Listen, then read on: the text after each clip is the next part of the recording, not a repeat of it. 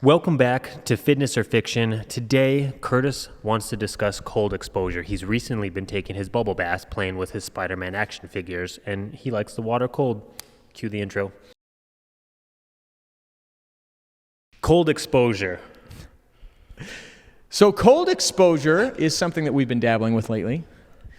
So cold exposure for me is an interesting zone because it seems that everybody just agrees that it's a good thing these days. And Wim Hof, has made a big splash, and it's pretty hard to look at cold exposure in general and say that it's not effective. Yeah. It feels like it's a hype thing, though. Like it garners some hype for a while, and then it loses hype, and then it kind of like pulls traction again. And it kind of, in my experience, has been an up and down thing across the interwebs. Well, it's like saunas too, right? Heat exposure and cold exposure, both of them have some really good value. Heat shock proteins are the big thing with heat exposure. Mm-hmm. Those also can be released with fasting, which is why that's a big thing. Mm-hmm. But when we get into cold exposure, there's some distinct differences in it. But for me, sucks more. Well, it sucks. It totally sucks. So we'll get into our little thing that we've been doing, but not together, like at our own houses. But like it's miserable. It is pretty miserable, especially when you first start. But when we talk about hype, I think part of the big issue with hype is the idea that a lot of people, they think cold exposure and they're like, I have to have ice and I have to have a special thing to hang out in and I got to have all this extra equipment, and it's almost like a show that they're doing it. Yeah, actually one of my favorite things on the internet was this guy jumping in a cold tub for his Instagram story, and he's like, I like to document my cold exposure just so you know that I'm better than you. Oh man. Yeah, well, there is some of that. There's a lot of people that are doing it legitimately for its value and whatever else, but I've been doing this for a bit and I don't document it at all. You did with me. Although I felt like that was more to make me do it. Yeah, that's true. That's very true. Yeah. But you've done it on and off though. Do you want to talk about what we're doing, or do you want to talk about? So, yeah, we can get into that. One of the big things with cold exposure that I get into, before we get into all the benefits and all that sort of stuff, one of the big things that I had the question of is, what is minimum effective dose? Because you've seen some studies on just making your face cold or your hands cold. There's actually some pretty cool studies on polymer cooling, keeping your hands cold. And like some of the results they had, as far as hormonally speaking, it seemed to me like it must have been nefarious because it was like steroidal type of results. Okay. And it was them cooling down people's hands in between sets of weight training. Weird. Yeah. So you've seen a lot of really interesting studies from cold exposure, and they're not always like full submersion. Yeah. Sometimes you'll see people they're studying immersing the whole body but not the head. You're going to see like all different types, but you're going to see results from a lot of it, even just a cold shower. So my question right off the hop was, what constitutes cold? Yeah, like how cold does it need to be? Yeah.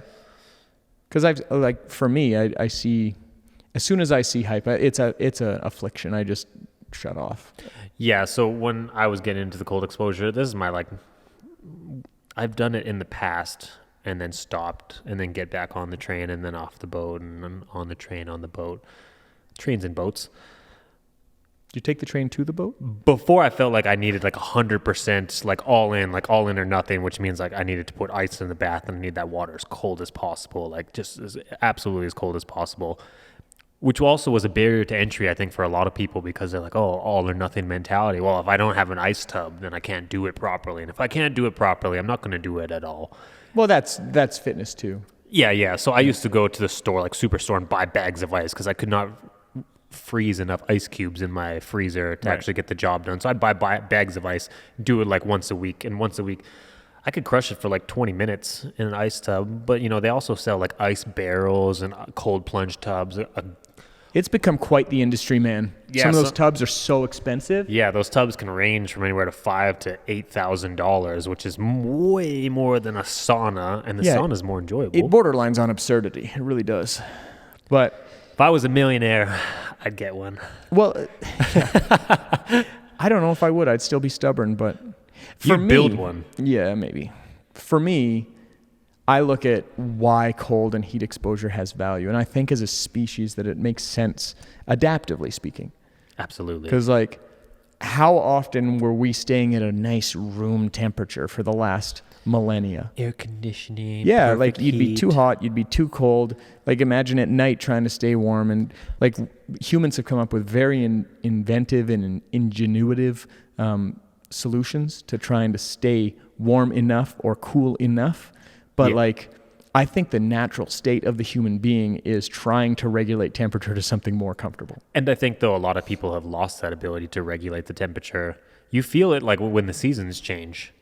Like when -10 feels super cold, and then all of a sudden after you're acclimatized to it and it's like the heart of winter, it's -35, and you're like, this isn't that bad. Well, and for me, like there's different underpinnings for me because temperature regulation is a severe issue in demyelinating conditions. So for me, Demyelinating conditions? Yeah. What's that, Curtis? MS. So myelin sheathing is like it's a conductor and it's also an insulator. So myelin sheaths, creating more layers of myelin allow you to be better at something. So when your patterns get better, it's often you've created more myelin so the impulse gets to the end point faster. So when you have a condition like MS that takes that away, as you get hotter, you lose function. So as I get hot, I can't even walk. I have a hard time crawling if I get too hot, which is a real annoying thing. It's called Othoff's Othoff's phenomenon. Okay. And it's literally, it does to your neurological system the opposite that it would do to a healthy person. Yeah.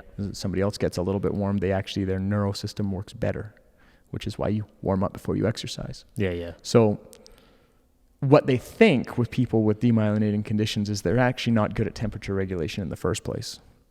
So, and I know that's true for me, right? Like I don't really sweat. And if I get cold, I am very rarely cold, but if I get cold, it's hard to get my body temperature back. So I think that it's a pretty normal thing for the human species to deal with temperature regulation. It has become a lot less imperative in the world today, which is why I think we're seeing this resurgence of like, okay, so heat exposure and cold exposure have health benefits that our systems have adapted to for ages. So the first thing that I would address, even before all the benefits, I would say like, how long? And you can distill down a lot of research, but the colder the exposure, the less time that you need. But there's, to oversimplify, 11 minutes a week in total can have the effects that people are looking for. So with these effects that we're talking about, I'm currently doing 6 minutes 3 times a week, Monday, Tuesday, and Thursday, 6 minutes. And the next question is how cold? You want something that feels cold, like you should be shivering when you're done. And for me, 6 minutes in a tub that I just run the straight cold water, no hot, just straight cold, I'm shivering like crazy after 6 minutes, and it's miserable. Yeah. It should be uncomfortable. Yeah. Uncomfortable to your level, like to what you can handle. And Totally. that could be progressive. Like it could be the first one, you run it like lukewarmish, and then the next one you go a little bit colder. Ideally, though, you want there to be that shock factor. Like you should be in that tub and be like, Yeah, well, it should be something that's tough. Like, it shouldn't be something that's comfortable, or it's not really cold exposure. It should feel cold. We can say that. But just running a cold bath first thing in the morning is brutal for me. Yeah. And the morning time is typically the best time. And the reason is when you come out of cold, your body's trying to heat you up, and getting warmer before bed typically doesn't help you sleep very well. so that's that natural temperature regulation. Yeah, when you go to sleep, your body temperature naturally drops, a degree or 2? Yeah, so if you do something like heat exposure before bed, your body's trying to cool you down. So by the time you go to bed, it'll help you sleep better. Yeah. Cold exposure can have the opposite effect, not always, but it can. So typically the morning is a better time to do it, which sucks because I'm much more likely to do it in the evening because first thing in the morning, the last thing I want to do is be cold. I think everybody's resistance is highest in the morning regardless, because you just woke up, you're just starting to tackle the day and having to do a cold bath. You know, there's pros and cons. Getting it done is like getting one of the hardest things done out of the way. Eat the frog first, baby. Makes the rest of the day feel easier. But damn, like to just wake up and just not even have your coffee yet, bro. Oh, yeah. Well, the coffee is so much nicer after you get out and you're shivering and whatever. But As far as how long, 11 minutes a week is kind of a guideline. I'm doing 6 minutes 3 times a week just because I never do anything bare minimum. That's just how I live. How cold? It should feel cold. Straight cold water out of the tub, I like. You can do cold showers, but I find those more challenging because you have to consistently make the choice to stay in. Yeah, for me, the cold showers it felt worse because as the water's hitting you in one direction, the other part of your body's not getting exposure to the cold. So I had to sit there and kind of rotate and walk in a circle, and there's a constant shock factor as the water keeps hitting. Whereas when you're fully submerged in the bath, it just kind of feels better overall. Well, you can just lay there and be miserable. You can just live in the idea, I got to get through this. This is the first time you said that you've actually scheduled it though. Like you've done cold exposure before, but never I'm going to do it. Yeah. Very little. Yeah.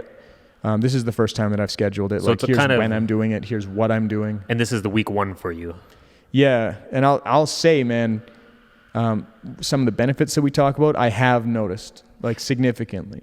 Yeah, they say, so some of these stats, at least in my brain, I can't say for yours, mine are coming from Andrew Huberman. He runs the Huberman Lab podcast. He's a neuroscientist in Stanford. He's a big dog in the human optimization community.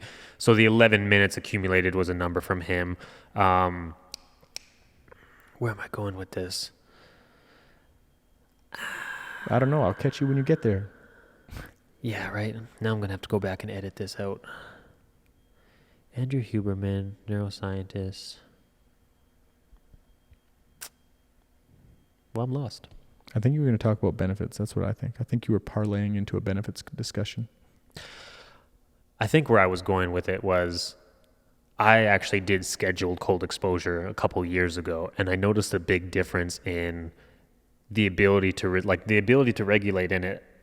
Even just the ability to get into it. There's so much resistance for me to actually get into the tub right now because I started doing this with you this week, obviously in our own houses. Yeah. Wink, wink. And man, there was so much resistance, and my water wasn't even as cold as it used to be. And before, I used to be able to jump into an ice tub after doing it regularly scheduled. I could go into it without that shock factor of and the hyperventilating. I used to be able to get into it, maybe take one breath, and instantly be able to calm myself down. And I could sit in an ice tub for 20 minutes, now 6 minutes in just tap cold temperature water is it's rough. But I also notice it when I go outside and it's it's a little too windy and I'm trying to do my jacket up because I'm oh my God, it's cold. And I'm you notice that visible tensing, your jaw clenches a little bit and your muscles tighten because you're trying to the body's oh, I don't like this. And it's trying to live in it, like you said. Well, I think this kind of turns into the discussion on benefits of it. And one of the things that I think would be a benefit, even if there was no other benefits, is self-efficacy. Like I said, I was going to do this and I did it. There's some pride to be had there. And that goes a long way, longer than people think. I can make myself do something and I know it'll get done. That's something that I think most people could benefit from. I don't think that's things that being the master of yourself. When you tell yourself you're going to do something, you actually just do it. Lord of the realm. There's so many people though that don't lean into struggle, who just life should be comfortable. That's why we have AC. That's why we have heat now, Curtis. So we don't have to do this crap. Yeah, I think that that's why we have good food now, Curtis. You don't got to eat plain nutritious food. We got. I think that there's a reason that it was part of Stoicism, to be uncomfortable. I think that there's a lot of value for a human being just to be uncomfortable and be able to go through that, because a lot of the best things that you can experience in life come from getting yourself uncomfortable. It's so weird though, when you say that, it reminds me, those who are trained in being uncomfortable, it's not quite as uncomfortable anymore. When I started fighting back in the day when I was a kid, it was very nerve-wracking to get in the ring or spar with somebody. It was scary. Oh man, this guy wants to hit me and I'm supposed to hit him back, and he's older than me. In martial arts, kid could be 3 years older than you, but you guys are on the same belt. And I was he's bigger, he's faster, he's meaner. There's adrenaline and nervousness. And then after years of doing it, it's just another day. Well, I think it teaches you what's the worst that's going to happen. Now, to be clear, with cold exposure, we should probably do it in a controlled environment. You probably shouldn't do it in the middle of the lake because a lot of this stuff can go wrong. But, last night at BJJ, I was talking to some of the guys there, and they're watching me trying to pull myself together after a match, and they're asking me, how is it training with that and whatever. And I'm like, well, I'm here for heat exposure more than anything. I'm trying to train through heat. and like I enjoy what we're doing and whatever else, but like a lot of this is training through heat. So for me, the skill of jiu-jitsu is still something I'm interested in, but I'm more interested in, can I make my body more resilient? And they had a lot of very interesting questions on, putting yourself in a scenario where you're actually fighting somebody else with diminishing function and what that's like and whatever else. And I think if you were to look at somebody with a similar issue that I have going on, if you were to do just heat exposure and then heat exposure with movement like that, I think that you'd probably research all day long heat exposure with the challenging movement would get better results. Yeah. But it's super uncomfortable. Sometimes I'm more emotionally ready for it than others and whatever. But so you've been doing that for a couple months now. How's since it going? November. I can recover better now. You notice a difference? Oh yeah. After so you trained it and it got better. I don't know that you're supposed to be. I'm doing research right now into Uthoff's principle a little bit, or phenomenon a little bit more, to see what research is actually out there. But I think that I'll run into the issue that most people just aren't willing to go through it because it's really miserable. Absolutely. Like yeah. when you're like leg move and it's like, nah. Yeah. Like it's really challenging. So I think anybody can maybe empathize to a small degree when battling just a general injury. Like trying to bounce an injury back is not fun. It might not be quite as grindy as what you're going through, but there's some grind to it. It's still the thing. It's still the thing, man. So anyways, it's one of these things that I think that grit kind of self-efficacy and resilience are things that are worth training. But outside of that, when we get into benefits. One of my best friends laughs at me. He likes comfortability. He might comment on this podcast and be like, why are you calling me out like that? But when I tell him, like, he's like, he thinks that I punish myself with this. He's like, why do you punish yourself with your exercise? And why do you punish yourself with doing like ice baths and stuff? Like you're a masochist just trying to, and I'm like, man, like if I go into an ice bath, then I'm in control of myself. Like we were just discussing. And it's hard to do that. I wasn't even really prepared to start the cold exposure. We talked about it, but I didn't agree with it. I didn't shake hands with you. I know you didn't. I texted you that day and I was like, I'm doing it, Eric. Like, take boom, that. It's done. And I would like looked at the text message. I was like, this jerk. That meme that I sent with the dude with the... He's just frozen. Yeah. So I was like, man, I've done it before. I could do it again, but I really didn't want to. And I ran the bath and it probably took me... I ran the bath and then I was like, I'm going to go downstairs and get a drink before I get in this. I get a drink, and then I'm like, I'm just going to jump on social media for 10 minutes. Yeah. And then after that, I'm just like, I should check on my wife and make sure my son's cool. So I go in their bed and Jackson's sleepy and Diane's working on her laptop beside him. I'm like, hey, you good? She's like, yeah, I'm good. She's like, you should go in the tub. I'm like, yeah, shut up, Diane. Yeah. Shut up your mouth. For me, the human organism is an interesting thing because it defies entropy. So like over time things get worse. That's like a universal principle. Over time things decay and that's what happens. And that's true on the macro level for the human being, but also when we put our system through challenge, that's how we make it better. We challenge ourselves beyond what we're capable of right now, and then we get this response that makes things better. So we defy entropy in that way. I think people don't make the connection with this. Where we're going with like being the master of my mind is if you can conquer something like an ice bath, which sucks a lot, then doing something like vacuuming the house or meal prepping or in our case, having to program or do something that's less enjoyable, like it's an obligation, like you'd rather go outside and play with the boys and hang out with your kids and party with them rather than have to do a bunch of work. But if you can get that ice bath done, it's easier for you to pull the trigger and execute on the next task. And then if you're better at executing on tasks, then you're less stressed because you're getting things done. Exactly. Well, and here's where things go. Like we start with that, and there's a reason that we started there. That is like mindset based, right?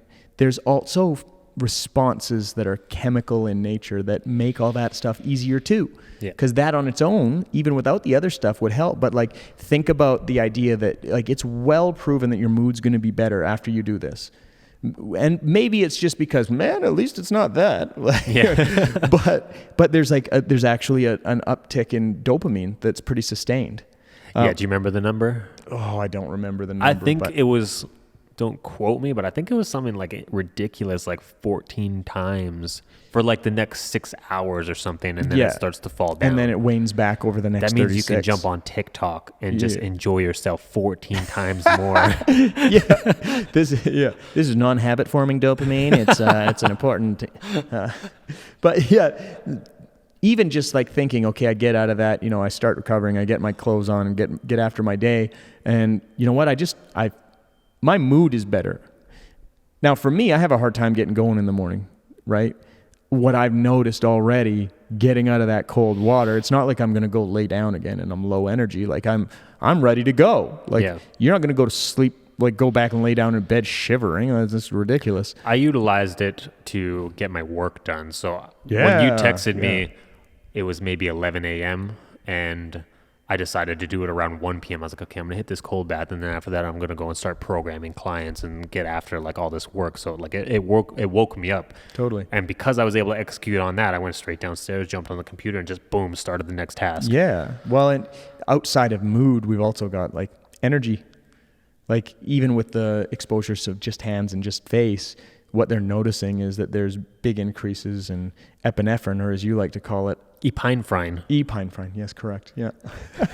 I love that pine smell. It's lovely. Yeah, it's a car freshen scent. But like, okay, so you're feeling like you're in a happier space from the dopamine. You also have an uptick in energy. So you're feeling more energetic. Are you likely to get things done better? Yeah, for sure you are. And then it's going to help with focus as well, because we're balancing out neurochemicals here, and we're literally creating kind of an upper state, right? Mm-hmm. You're kick-starting the metabolism to be like, hey, I need you to get into action here. Everything needs to essentially like start running a little bit harder in order to heat your body back up, because the body doesn't know why you got cold. Mentally you do, but physiologically the body is like, what the hell just happened? It's just a stressor that needs a response. Yeah, it's a stressor that needs a response, and the response is like, boom, kick up the energy so that we can warm up. Well, that's exactly the case. And then that brings us into the whole concept of metabolism. And metabolism is really the amount of calories that your body's going to utilize, right? And metabolism is an important function of cold exposure, because so you have energy stores in the form of white fat. You also have brown fat. And brown fat, it's a little bit different animal. Brown fat is specifically to manage temperature. They have way more mitochondria, and it contains UCP1, so it's not United Conservative Party. It's good. Yeah. It's uncoupling protein 1, which basically allows it to bypass use for like ambient energy, like going for a run, and pushes it towards like thermogenic control, meaning managing your actual temperature of your body. Mm-hmm. So that changes the way that your body's responding, and it's mobilizing more diverse fat storage in your body, which at the end of the day, we want your body to be as active and efficient as possible. So when we talk about metabolism, people are like, oh, I might lose some weight. It's like, well, yeah, maybe.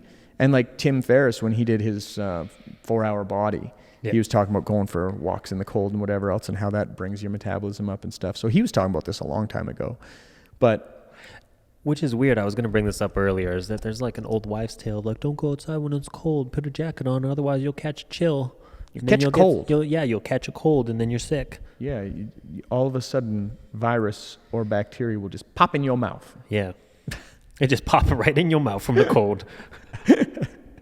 Yeah. So people actively avoided cold exposure because they're like, oh man, get all your winter gear on, like stay as warm as possible. I think there's something to that. Like I think prolonged exposure becomes a serious issue.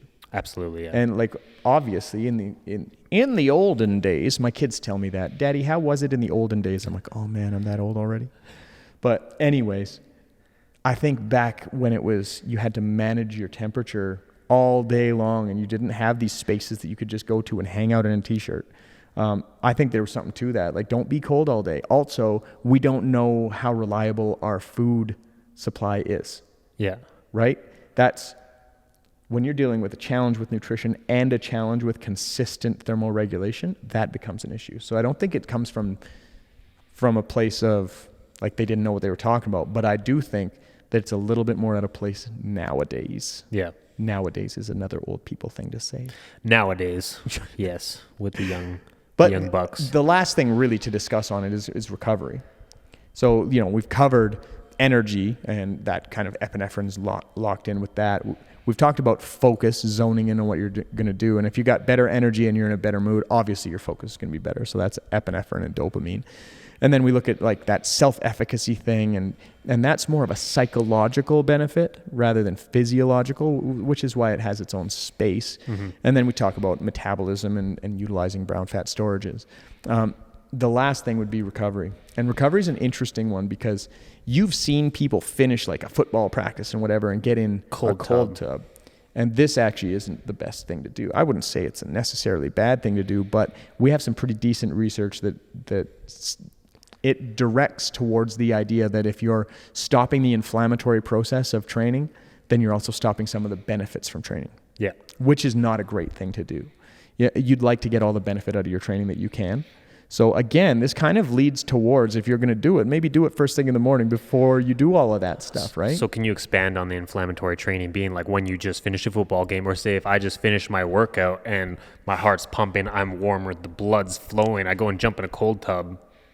Yeah, so you'd have like vasodilation, first of all. So like all of your circulatory system is going to dilate and become a little bit more open so you can get circulation going to a larger level. This is not if I jump in the cold tub. No, that's when you're training. Yeah. So if you hop in a cold tub right away when you're done training, that ends the process. And that's exactly counter to what we talked about with heat exposure, which is you can prolong your training effect and your cardiovascular effect. Cold exposure is kind of like, no, done. We're actually not in fight, flight, or freeze. We're actually in recover. Yeah. And it's like, well, I haven't finished. Like there's protein synthesis that's going on. There's metabolic byproducts. There's all sorts of things that you need to have happen to get a training effect. Yeah. And they're cascades. There's a variety of things going on. So you could look at it on the biological level and the activity of the mitochondria. You could look at it as just the thermogenic changes in your metabolism being like, okay, heat up and get blood out faster. You can look at it from a variety of responses. But what we want to do is we want to make sure that training stimulus is complete before we start saying, hey, body, stop it and recover. So typically the common recommendation is give it at least 4 hours after training. And so with that being said, it's more beneficial if you wanted to prolong the training or the inflammatory response after training, or if, like a game, hit the sauna instead and continue that heat system rolling. Well, and what I've been doing is, like, instead of using a sauna at night, sometimes I'll use our heat blanket because Hydrogun gave us those and they're awesome. Mm-hmm. You don't need to have a whole sauna sitting there. Yeah. But at night, what I've been doing is riding my Kaiser bike that's in my room. I just ride it for 20 minutes and I go hard. I see how much I can get the damper up to and still keep over 80 RPM and then just hold it for over 20 minutes. And I'm hot after that.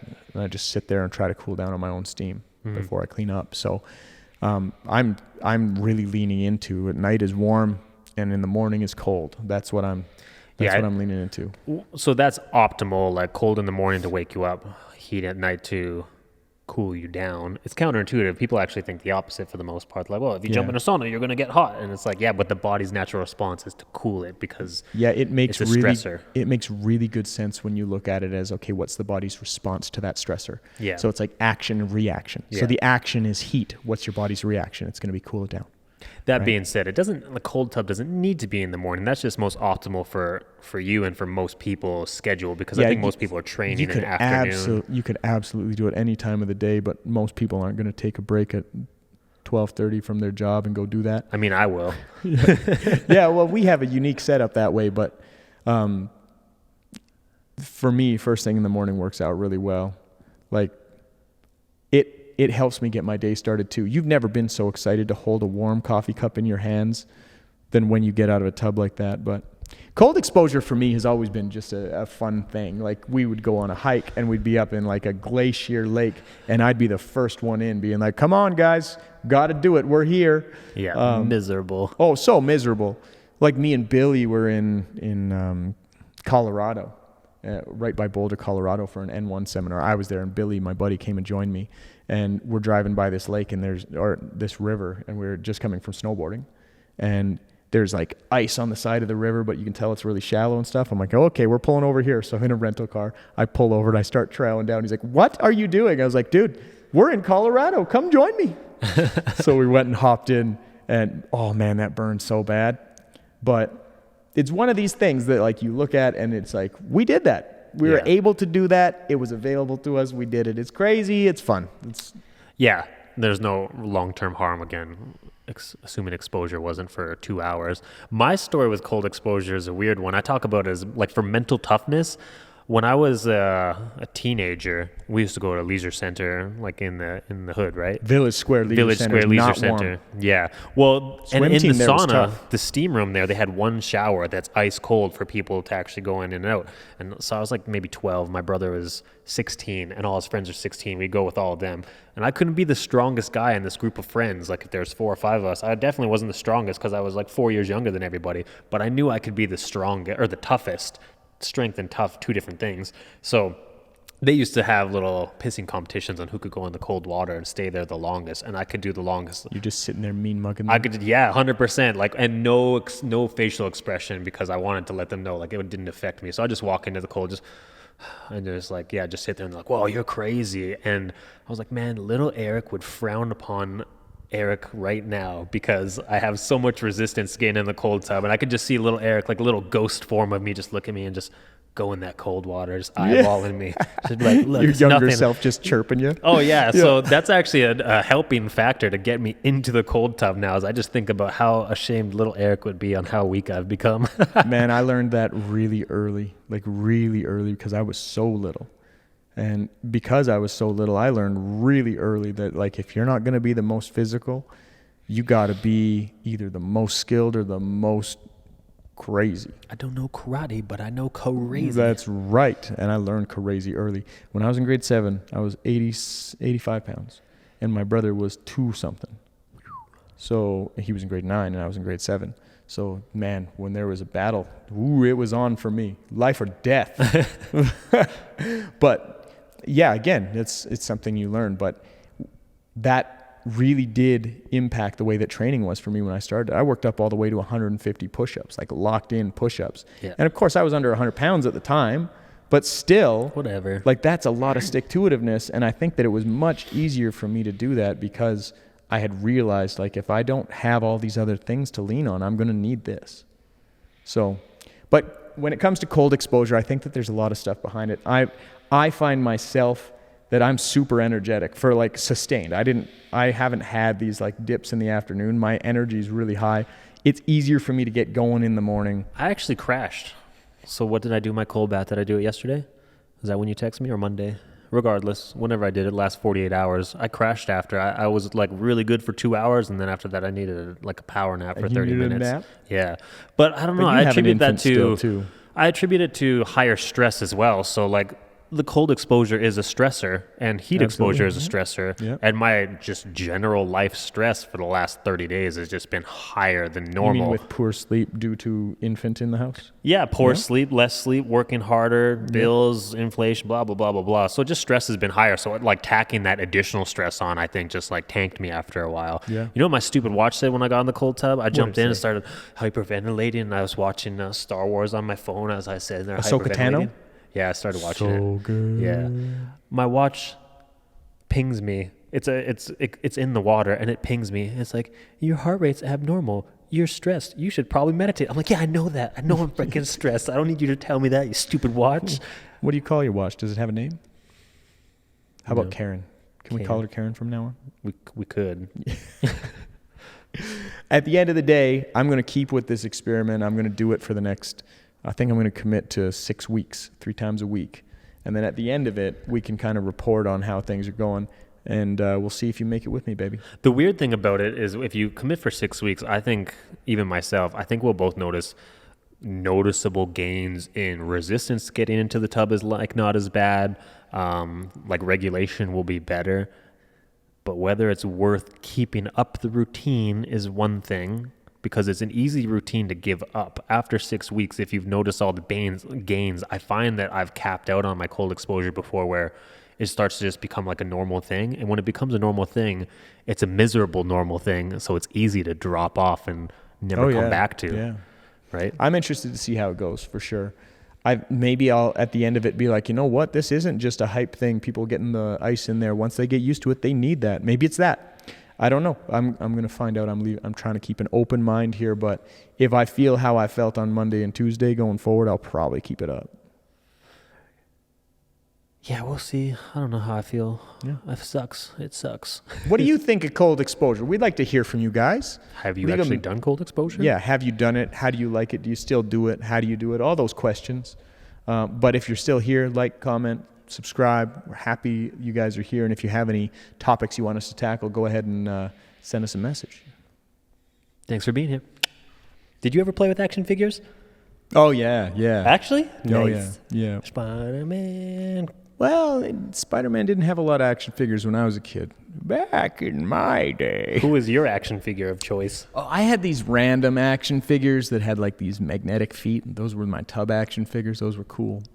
Yeah. That actually sounds really cool. And I they never had magnets. They had this little kind of thing that, like a little truck that had magnets on it, and they'd ride on it, and you could like pull a button and it would like transform and guns would come out and stuff. It was cool. I might put this at the end of the episode. I used to take Spider-Man and Ghost Rider, and if Spider-Man punched Ghost Rider, he'd go in the bathtub and get kicked across the tub through the water like a stone skipping, like no, bang, and then hit the wall. Yeah. I did a fair chunk of Lego too, and some X-Men stuff. Yep. I had a Gambit figurine that had the trench coat and everything. It was pretty cool. I like it. Thanks for joining us this week. We appreciate your support. If you enjoyed this episode, we'd love it if you would subscribe, follow, and throw us a like on YouTube, Spotify, or Apple Podcasts.